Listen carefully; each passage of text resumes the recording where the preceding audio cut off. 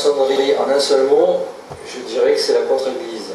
Car dès le début, dès son origine, dès sa création en 1717, elle fut farouchement opposée à l'Église catholique.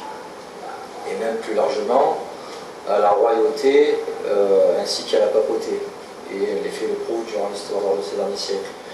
Si je devais définir la franc-maçonnerie en deux mots, je dirais que c'est une société secrète, et plus exactement une superposition de sociétés secrètes, puisque les grades supérieurs se sont toujours fait fort de maintenir dans l'ignorance et dans l'erreur les grades inférieurs. Et pour cela, je renverrai aux travaux, et notamment à la lettre d'Albert Pike, à Mazzini, qui en parlait très bien. Si maintenant je devais définir la franc-maçonnerie en trois mots, je dirais que c'est la synagogue de Satan. Et pour faire court et direct, c'est l'instrument de domination du judaïsme international, ayant pour cible le Christ, son Église et ses fidèles. Une société secrète, plus exactement une superposition de sociétés secrètes, et surtout une structure pyramidale, où en fait ce qui est montré n'a rien à voir avec ce qui se produit vraiment. Ce que je veux dire par là, c'est que la franc-maçonnerie a toujours prétendu qu'elle était une sorte de cercle philosophique, philanthropique, avec ayant pour but donc des œuvres caritatives, des choses comme ça, mais et non politiques. On s'est aperçu, au vu de l'histoire, qu'elle avait un caractère politique affirmé. La franc-maçonnerie a toujours prétendu qu'elle était pour le respect et la tolérance de la religion catholique en l'occurrence. Bon, il s'est avéré aussi à travers des révolutions et des guerres qu'elle était profondément anticatholique. Donc il y a cette idée qui est purement talmudique de dire une chose et son contraire, puisque quand on reprend les thèmes du Grand Orient, la revue La Cassia, certains témoignages de francs-maçons qui en étaient et qui en sont sortis, comme Copain Levantelli par exemple, on peut s'apercevoir qu'elle dit une chose et son contraire, et surtout qu'elle dit certaines choses, qu'elle se targue de plein de bonnes idées supposées, hein, comme la tolérance, la liberté, la démocratie, toutes ces choses-là, mais qu'en fait, elle ne fait qu'appliquer le contraire. Concernant ses origines, il y a deux courants, deux opinions qui s'opposent, qui sont divergentes, mais que j'aimerais faire converger. La première, c'est celle du chevalier Gougenot de Mousseau et de Copal Vancelli, approuvé notamment par le docteur Isaac Wise, que je vais lire, qui nous dit que la franc-maçonnerie est une création juive faite par les juifs pour les juifs. Donc c'est ce que disait Isaac Wise, donc dans la revue The Israelite, donc, cité par Léon de Bonsin dans son excellent livre Les forces secrètes de la Révolution, que je vais prendre d'ailleurs sur mon site internet. Et donc, Isaac Wise disait en 1855, la maçonnerie est une institution juive dont l'histoire, les devoirs, les mots de passe, les explications sont juifs, du commencement à la fin, à l'exception d'un seul grade secondaire et de quelques mots dans la formule du serment. Explication, donc citation, qui rejoint totalement les travaux de Monseigneur Meurin, dans son excellent livre « La franc-maçonnerie synagogue de Satan », qui lui démontre de manière impeccable que la franc-maçonnerie est calquée sur la Kabbale, d'après les révélations de l'Otaxile. Donc ça, c'est pour la première opinion des Copal Vancelli, des Wise, bon. Et il y a la deuxième, c'est celle de Nesta Webster. Et certains ont tendance à l'opposer. Alors, quand on dit création juive, il faut bien s'entendre sur le terme de création. Ne peut pas être un être humain. il n'y a que Dieu qui peut créer à partir de rien. Qu'on soit d'accord là-dessus. Bon. Nesta Hofser, elle, disait que la franc-maçonnerie fut au départ un cercle philosophique qui a été ensuite infiltré, repris et détourné par la communauté juive et qui ensuite l'a été.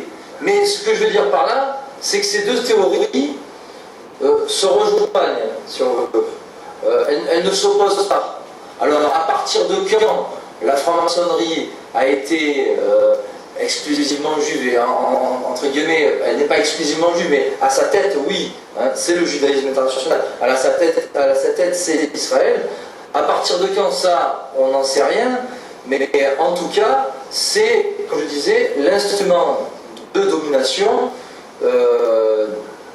des Juifs, du judaïsme international, sur les peuples et les nations. La franc-maçonnerie, c'est surtout un état d'esprit. C'est surtout une idéologie où, au cours de l'initiation, le profane devenu initié maçon est formaté à l'état d'esprit maçonnique, qui a déjà d'ailleurs beaucoup à voir avec l'état d'esprit juif. Et donc là, il y a des principes fondateurs hein, qu'on met dans le crâne du franc-maçon, et notamment celui des bas grades de la maçonnerie bleue. C'est d'être anti-catholique, c'est d'être pour l'union civile et non le mariage religieux, être anti-militaire, c'est d'être internationaliste et farouchement opposé au nationalisme, c'est une idéologie de mort, c'est-à-dire être pour l'euthanasie, être pour l'avortement, en gros, tout ce qui s'oppose à l'ordre surnaturel divin et tout ce qui s'oppose à la doctrine catholique traditionnelle. Voilà, pour faire court et aller au but. Donc là, la franc-maçonnerie, sous une république, va être conservatrice. Alors que par le passé, la franc-maçonnerie fut donc drôlement opposée au trône et à l'autel, on va le voir, et fut révolutionnaire. Hein. Et là, elle s'y est pris selon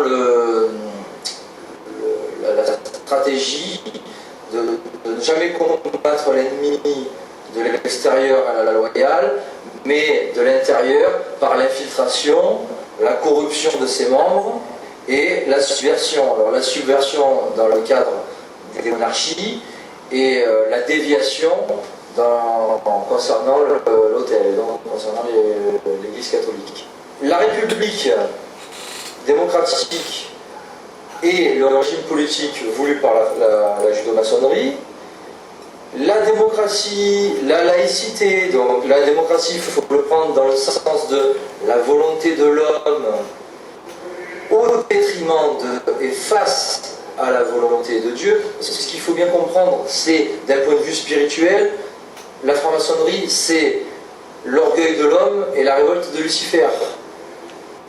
Donc, la démocratie qui est la volonté de l'homme au détriment de Dieu, la laïcité qui est la religion de la franc-maçonnerie, qui au départ était vouée à se passer de Dieu, c'est ce que dit Léon XIII dans son encyclique Humanus Genus, c'est d'abord se passer de Dieu simplement, en étant soi-disant dans le respect et la tolérance de la religion, et puis on s'est aperçu au fur et à mesure que c'est d'abord pour se passer de Dieu, et puis ensuite pour agir directement contre Dieu. Voilà ce qui est exactement la religion maçonnique, qui est la laïcité.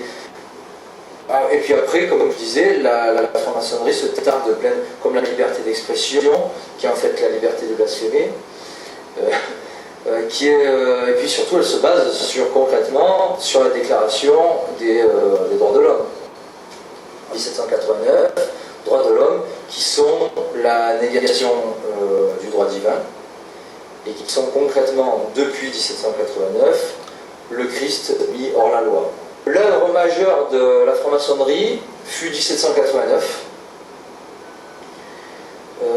Alors, quand on reprend l'histoire de ces derniers siècles, on s'aperçoit que, notamment à travers ces documents, mais aussi sinon à travers les faits qui ont parcouru le mouvement révolutionnaire mondial, que la franc-maçonnerie n'a cessé de conspirer contre le trône et l'autel, qu'il y eut des loges qui avaient des vocations spécifiques pour conspirer contre la monarchie comme contre l'Église catholique, en l'occurrence la haute vente de Nubius, mais aussi le carbonarisme. La franc-maçonnerie, c'est 1789, complot 100% maçonnique contre le roi Louis XVI. La franc-maçonnerie, c'est qui a donné le coup d'accélérateur à travers l'illuminisme, qui avait gagné idéologiquement la franc-maçonnerie de l'époque, juste avant 1789, et donc l'illuminisme qui est né un certain 1er mai 1776, et donc créé et fondé par Adam Weishaupt. La franc-maçonnerie, c'est le congrès de Wilhelmsbad en 1782, qui visait justement à destituer Louis XVI en France, mais aussi Gustave III en Suède. La franc-maçonnerie se fait ensuite 1848, avec la Révolution en France, qui a destitué Louis-Philippe au profit de la Seconde République et le gouvernement provisoire 100% maçon, des Louis Blanc, des Proudhon, des Adolphe Crémieux, des Lamartine, des Ledru-Rollin. La franc-maçonnerie se fait aussi ensuite la Commune de Paris, où le Grand Orient et la Grande Loge nationale de France ont parfaitement assumé leur implication dans les massacres de la Commune de Paris en 1871. La franc-maçonnerie, c'est aussi l'assassinat du tsar Nicolas II en 1917. La franc-maçonnerie, c'est aussi le carbonarisme, l'assassinat du roi Carlos en 1910 au Portugal. C'est aussi le renversement d'Alphonse XIII en Espagne, c'est aussi avec le Grand Orient. C'est aussi la destitution des Habsbourg en Autriche, toujours par le Grand Orient. C'est aussi la Révolution allemande en 1918. C'est aussi la Révolution hongroise avec Bela Kun l'année d'après en 1919. C'est aussi la guerre civile avec le Grand Orient et le financement soviétique en 1936 face à Franco en Espagne. Voilà tout ce qu'est la franc-maçonnerie. Et c'est encore aujourd'hui le printemps arabe qui ne fut qu'une entreprise par le biais des frères musulmans, qui sont une secte maçonnique en islam. C'est aussi une entreprise de maçonnisation du monde arabo-musulman au Maghreb et au Moyen-Orient. Donc voilà, pour faire court à travers différentes dates, la franc-maçonnerie, tous les méfaits, toute sa conspiration contre l'autel et le trône, qui vise à l'instauration du règne de l'Antéchrist autant que du messianisme juif talmudique. Il y a plusieurs tendances au sein de la franc-maçonnerie. Alors, il y a la tendance matérialiste, qui est basée sur la raison humaine, qu'on va retrouver, par exemple, chez un Mélenchon, chez des gens du parti de gauche. Et puis, il y a la tendance spiritualiste, autrement appelée occultiste, qui, elle, s'appuie sur un ésotérisme païen. Et en fait, son but est de revenir à ce paganisme ancien d'avant le Christ, dont parlait très bien Pie IX, que je cite au tout début, même avant le début de ma synthèse, qui disait « La révolution, donc, proprement judo-maçonnique, est inspirée par Satan lui-même. Son but est de détruire de fond en comble l'édifice du christianisme et de reconstruire sur ses ruines l'ordre social du paganisme. » Cet ordre social du paganisme, c'est exactement, exactement pour référence le paganisme d'avant le Christ, qui avait pour référence, qui était sous la domination des Grecs et des Romains, et notamment d'un certain Brutus. Et dont parle d'ailleurs très bien Monseigneur Gaume dans son livre La Révolution. Sur le plan politique, la franc-maçonnerie n'a pas le pouvoir, la franc-maçonnerie a tous les pouvoirs. Voilà, c'est aussi simple que ça. Et pourquoi ? Parce qu'elle a su, à divers niveaux, que ce soit donc, dans la politique, mais dans les médias, dans toutes les sphères de pouvoir et surtout aussi la finance. Elle a su opérer ce qu'on peut appeler une séduction des intelligences. Aujourd'hui, pour avoir une grosse entreprise, d'un point de vue local, régional, il faut faire allégeance à une secte maçonnique.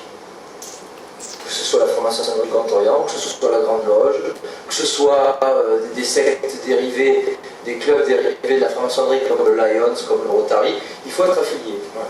Sinon, on n'y arrive pas. Donc voilà, en gros, la franc-maçonnerie, et puis surtout, pourquoi la politique aussi, sans, et c'est ce qui fait sa force, c'est le secret. Pourquoi c'est l'alliance, la franc-maçonnerie est alliée le juif et Satan. C'est pour ça que Monseigneur Morin l'appelait la synagogue de Satan. Pourquoi? Parce que c'est l'instrument de domination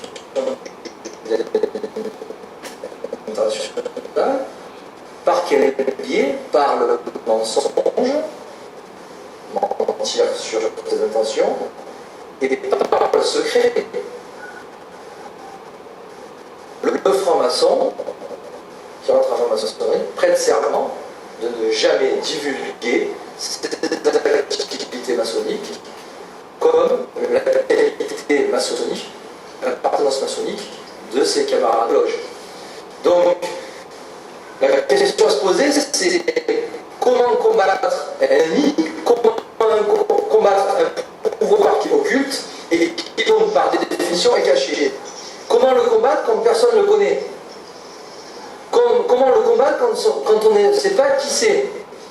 Il faut faire de drôles de recherches aujourd'hui pour savoir, maintenant avec Internet, on arrive à savoir, que tel et tel ministre, tel et tel membre au sein de la haute finance sont des francs-maçons au degré. Ou sinon, on ne le sait pas. Donc, en cela, la franc-maçonnerie est un gouvernement invisible au sein du gouvernement, comme elle est un État dans l'État, et en cela ça rejoint tout à fait la communauté juive organisée, qui elle-même est un gouvernement invisible au sein du gouvernement, et elle-même est un État dans l'État.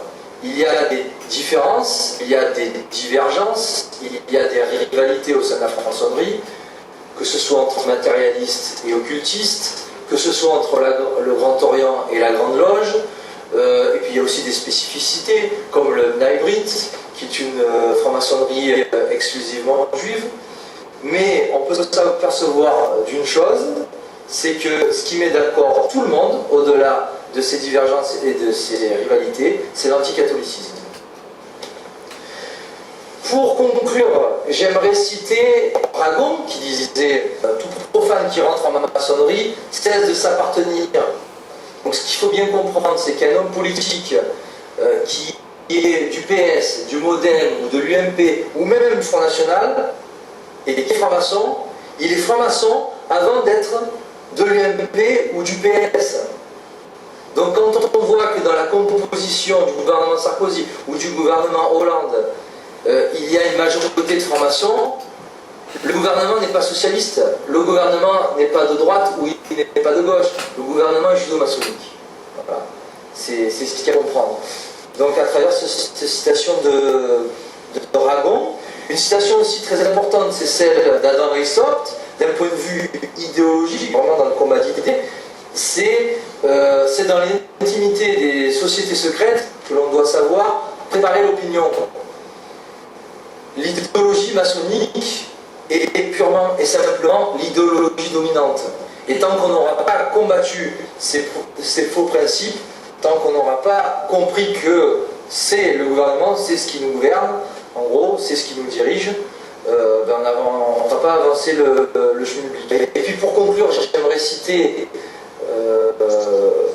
donc deux passages du grand spécialiste à mes yeux en France depuis longtemps et qui a été ensuite donc relayé aujourd'hui par son fils, c'est Jacques Cardassac qui disait cette chose très juste, c'est cette secte, la secte maçonnique est satanique parce qu'elle contient en elle donc les doctrines du péché de Lucifer.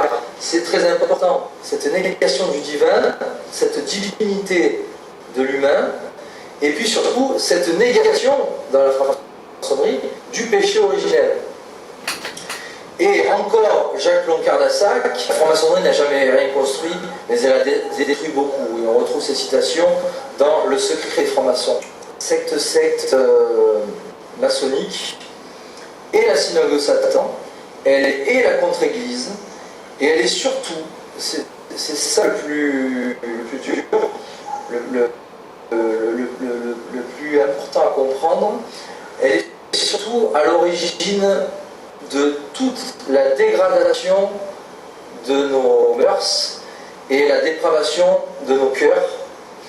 Et d'ailleurs, j'aimerais rajouter encore 2 citations qui sont à mes yeux les plus importantes quand on étudie le sujet et qui caractérisent très bien la franc-maçonnerie. C'est des documents de la haute vente entre des hauts initiés qui avaient pour pseudonyme Tertullien et Bendis. Et Tertullien disait: le sang des martyrs en forme des chrétiens. Nous ne voulons plus de chrétiens, ne faisons donc plus de martyrs. Et à cela, Bendis répondait: faites des cœurs vicieux et vous n'aurez plus de catholiques. Ces quelques phrases résument tout à fait le projet judéo-maçonnique de la destruction de la France et de son identité catholique. Résume parfaitement ce projet de destruction et de dégradation des mœurs de la société française et de dépravation des cœurs qui ont conduit à la société dans laquelle nous vivons aujourd'hui. La tradition, en tant que président de l'association et grand maître, de vous dire ces remerciements, mais ces réunions ne peuvent avoir lieu que grâce à nos loges, je dois le dire. Et je veux dire ici le respect et la gratitude que j'ai pour les frères qui se sont engagés. Alors je dis les frères parce qu'à Lorient, je vois peu de sœurs. Et c'est un sujet sur lequel on pourrait ici gloser. Mais les frères qui se sont engagés ici l'ont fait sans aucune retenue. Avec, je dois le dire aussi, un talent qui a peut-être aiguisé le vôtre que l'on connaissait déjà. Vous vous êtes exprimé d'abord, c'est vrai, dans une assemblée qui, hors les décors qui l'ornent et qui sont parfois exotiques pour ceux qui ne les connaissent pas, est une assemblée d'hommes et de femmes qui sont dans une certaine culture, une culture très particulière, qui est faite de thèmes et de concepts que vous reconnaîtrez peut-être, qui sont ceux d'abord de la reconnaissance. Vous savez qu'il y a dans nos rituels, vous ne savez pas qu'il y a dans nos rituels un terme, la reconnaissance. Nous disons que nous nous reconnaissons comme tels. Et ce thème de la reconnaissance, reconnaître l'autre, qui est l'un des fondements de notre engagement, est quelque chose de très important, parce que si vous avez évoqué toutes ces difficultés que nous vivons à l'heure actuelle, en particulier dans les banlieues, en particulier et surtout, bien sûr, avec la jeunesse, qui est aussi une de nos préoccupations, c'est qu'il y a là toutes des franges de population qui ne sont pas reconnues comme telles, et à qui on donne des a priori, des descriptions, qui sont des descriptions, qui éventuellement les fixent dans des caricatures où ils ne se reconnaissent pas eux-mêmes. Les jeunes ne sont que des adultes en devenir. Et nous essayons de dire que ce sont les acteurs de la société actuelle.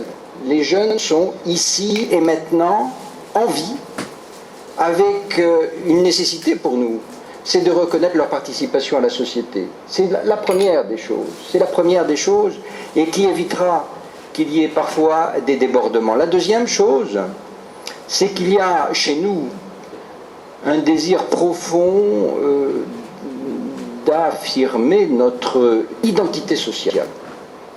Ce terme d'identité sociale qui est dans la recherche des révolte au-delà de la Méditerranée, c'est aussi la recherche d'une légitimité que l'on retrouve à l'intérieur de la République, que l'on devrait retrouver à la République, et qui est souvent niée à l'heure actuelle.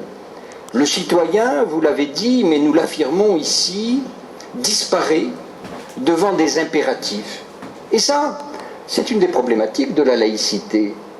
Parce que c'est vrai qu'on a entendu dire qu'il y avait des cléricatures et que certaines cléricatures étaient plus légitimes que d'autres, qu'il y avait un certain nombre de spiritualités qui étaient plus légitimes que d'autres. On oublie que Jean Jaurès, en 1885, disait déjà que la plus grande chose qu'il y a au monde, c'est la liberté souveraine de l'esprit.